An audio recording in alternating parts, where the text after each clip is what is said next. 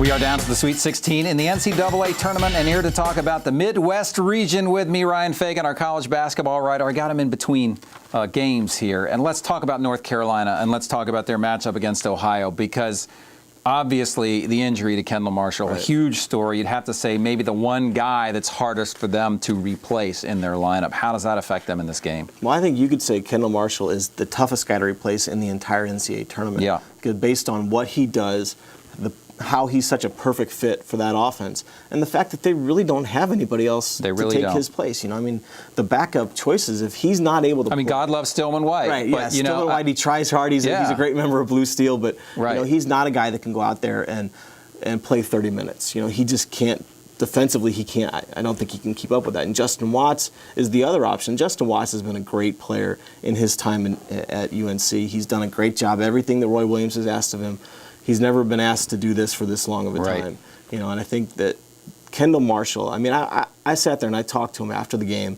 You could see the hurt in his eyes, but you could also see the resolve. And it wouldn't surprise me a bit, you know, barring some sort of medical development. It wouldn't surprise me a bit to see him back at some point in the tournament. Do you think he's going to step on the floor for this game? Do you have any feel for that at all? I know they were putting a screw in his wrist and all that stuff. Right. Maybe not this game, but the thing it's a matter of playing with the pain, you know, and Kendall Marshall, obviously, this happened with his right wrist, and he's very dominant left-handed. Player, but he's not just left-handed; he's left-handed. If you know what I mean. Everything he does, and he even joked after the game. He said, "I never use my right hand anyway." Yeah. You know, but I mean, part of what he does is, you know, those two-hand chest passes to get the ball up the court. That's something that he's not going to be able to do with the accuracy if he comes back.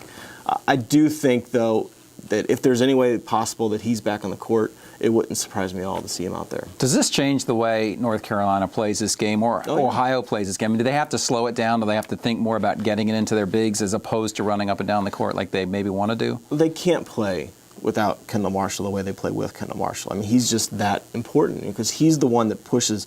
You know, Tyler Zeller might be the best running big man in the entire country, but it doesn't do any good if he's running out and there's no ball and the ball's not there, or even if the ball's there but it's, you know, a foot this way, a foot that way. You know, he can't get it and put it up. You know, so it does change things. It changes things, you know, pretty dramatically. I think if Marshall's not out there. 100%. Now, I don't want to give Ohio short shrift. What are they bringing to the table? And they've had a great run so far in the tournament. Well, they're bringing DJ Cooper, and that's the big thing. You know, I mean, they have a lot of other talented players, but he is the difference maker. He's the guy that if you're North Carolina and you're looking at this scouting report, you're thinking, what are we going to do with this guy? You know, he's proven time and time again he's a big-time player. He's not afraid to take big shots. You know, and if you're an Ohio fan, you're looking at this game and thinking, hey, maybe. You know, maybe we can do that. Maybe you know, if we can score with Carolina, we've got a chance. And is that the plan? Are they going to try to score with Carolina? I think in this situation, with Carolina being depleted a little bit without Marshall or with him not. Let's run up and down and see what happens. You do what you do best. Ohio scores a lot of points. All right, North Carolina State against Kansas on the other side of the bracket. NC State, I don't think very many people had them going this far even. Maybe a lot of people didn't even have them in the tournament, Ryan. What have they done so well to get to this point with Kansas? Well, I mean, NC State's a very talented team. You look at the players they have, you know, guys like C.J. Leslie. He's going to play in a long time in the NBA. They've got a shooter in Scott Wood. You know, Lorenzo Brown has done a fantastic job as the point guard since Mark Gottfried, the new coach, took over this year. They have talented players. You know, Richard Howell is a great player down there. You know, Painter is a great player down there.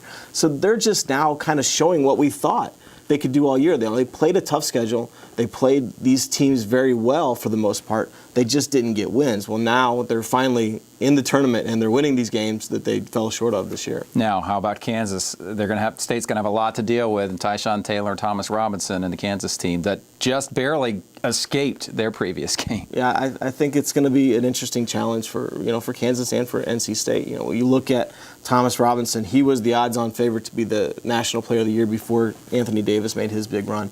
You know, Tyshawn Taylor. We've seen good Tyshawn and bad Tyshawn at times. You know, but he's a guy who's capable of carrying it. But you look at the matchup again, and I think pretty clearly Kansas's top two players are better than anyone NC State has to offer. But you know, NC State's guys, you know, number 3 through 5, 3 through 7 are probably better than what Kansas has to offer at that point. So it's going to be, you know, we look at this and it's a 2 versus an 11 seed. Right. But the talent level is not nearly as big of a gap as the seeds are. Interesting. So at the end of the day, those top two players take Kansas into a matchup with North Carolina, or do we see a Carolina State? matchup here. Just say, living in Charlotte as I do, I would love nothing more than to see from my hometown in St. Louis these two teams face off, and I think it's a very realistic possibility. So, State or Kansas? I'm pinning you down, dude. You are pinning me down. You're killing me here. You know what? For the sake of the storyline, we'll go with State. All right, NC State. You heard it. It's Ryan Fagan said. It's not me. For Ryan Fagan, I'm Tom Vandervoort. We will see what happens, and whatever happens, we will be back to talk about it.